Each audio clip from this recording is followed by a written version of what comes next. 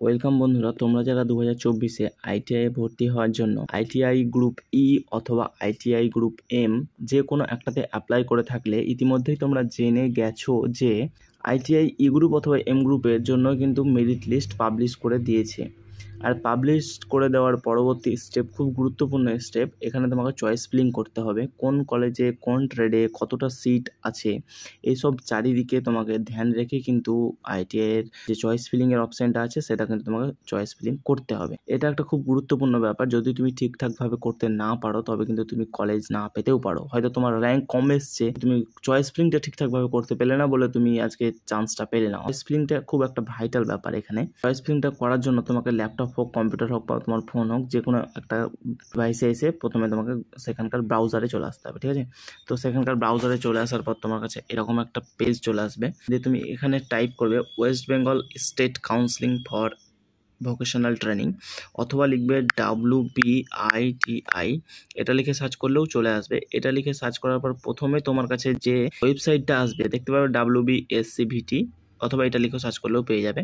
এখানে এলে তুমি দেখতে পাবে West Bengal state counselling for vocational training. এখানে এলে তুমি এরকম একটা ইন্টারফেস পেয়ে যাবে। একটু ওপর দিকে চাললে তুমি দেখতে পাবে যে এখানে সমস্ত কিছুর মেরিট লিস্ট দিয়ে দিয়েছে। Merit list for admission in polytechnic first year, merit list for admission in polytechnic second year, merit list for admission in ITI M group, merit list for admission in ITI E group.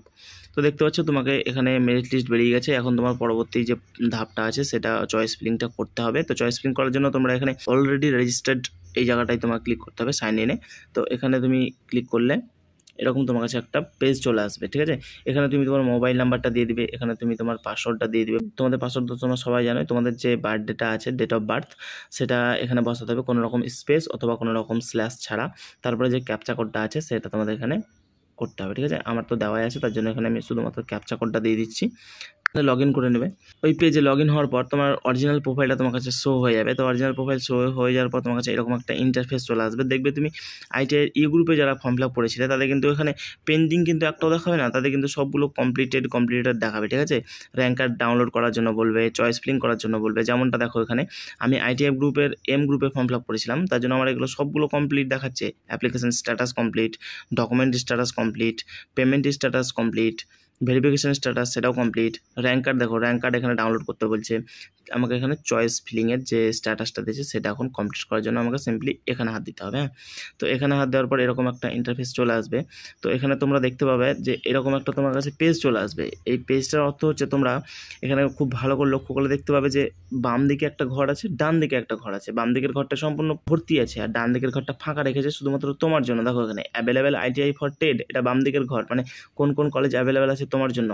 আর এখানে selected ITI for Ted, তুমি কোনটাকে select করলে সেটাকে এখানে দেখতে হবে। তুমি একটা জিনিস লক্ষ্য করলে দেখতে পাবে যে এখানে কোন কোন কলেজ আছে। এখানে শো অল, মানে তুমি যদি এখানে শো গভর্নমেন্ট করো তাহলে যতগুলো সরকারি কলেজ আছে পশ্চিমবাংলার ভিতরে সবগুলো তোমার কাছে দেখাবে। তুমি যদি শো গভর্নমেন্ট শুধুমাত্র সরকারি কলেজগুলো দেখতে চাও তাহলে তুমি সরকারি কলেজ কতগুলো আছে একটু নিচে তুলে দেখতে পাবে, 701টা। তুমি এখানে শুধুমাত্র শো আইএমসি কলেজগুলো দেখতে চাও তাহলে এখানে কতগুলো আছে এটা তুললেও একটু দেখতে পাবে, এখানে 208টা। তুমি এখানে এক কাজ করবে, শো অল করে দেবে, ঠিক আছে? শো অল করলেও তুমি এখানে দেখতে পাবে যে তোমার জন্য মোট কলেজ রয়েছে, একটু ওয়েট করো, তোমার জন্য মোট কলেজ রয়েছে 1684টি, ঠিক আছে?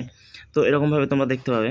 তো একটা জিনিস বলে দেয় এখানে যে কলেজগুলো রয়েছে কিনা তোমার প্রেফারেন্সে দেবে, অর্থাৎ তুমি কোন কোর্সটা করতে চাইছো সেই কোর্সটা সেই কলেজে অ্যাভেলেবেল আছে কিনা এটা সম্পূর্ণভাবে চেক করার পরেই কিন্তু তুমি এই যে সিলেক্টেড করবে। অর্থাৎ তুমি সিলেক্টেড করার জন্য তোমাকে দেখে নিতে হবে আগে যে তুমি যে কলেজে করছো আর সেই কলেজে তোমার পছন্দের ট্রেডটা আছে কিনা অ্যাভেলেবেল। ধরো আমি বিনপুর 1 গভর্নমেন্ট ইন্ডাস্ট্রিয়াল ট্রেনিং ইনস্টিটিউটে ইলেকট্রিশিয়ানে করতে চাইছি। সমস্ত কিছু দেখে নেবে তোমরা আগে, কোন ট্রেড কোন কলেজ সব কিছু দেখে নেবে। সব থেকে ভালো হয় কি বলো, তোমরা যদি গুগল ম্যাপে একটু দেখে নাও তোমাদের বাড়ির আশেপাশে কোন কলেজ আছে। এটা গুগল ম্যাপে দেখে নেওয়ার পর তোমরা এখানে অ্যাড করার জন্য কি করবে, এই যে রঙের যে অ্যাড বাটনটা আছে এটার উপর সিম্পলি ট্যাপ করবে। এরকমভাবে তোমরা ট্যাপ করার পর দেখো আমার এখানে দুটো কলেজ সিলেক্ট হয়েছে, ঠিক আছে? আমি যদি মনে করি যে 1 নম্বর কলেজটাকে ফার্স্ট চয়েসে না রেখে আমি সেকেন্ড চয়েসে রাখবো, তো সিম্পলি আমি এখানে আপে যদি হাত দিই এটা, তো এটা আপে চলে যাবে, ওটা ডাউনে চলে আসবে। এটা আমি সিলেক্ট করেছি অথচ দেখো আমার এখানে ডান দিকে যে ফাঁকা ঘরটা আছে সেটা লেখা আছে চয়েস সেভড 0, তার মানে আমার এখনো সেভ হয়নি। তো সেভ করার জন্য আমাকে সিম্পলি এইভাবে তুলতে হবে, দেন সেভ সিলেক্টেড এটাতে ট্যাপ করলেই কিন্তু এখানে আর সেভড হয়ে যাবে, ঠিক আছে। তো এটা সেভ করার পর সিম্পলি বেরিয়ে যাবে। তোমার যদি র্যাঙ্ক ভালো হয়ে যায় তো তুমি অবশ্যই সেই কলেজের চান্স পেয়ে যাবে।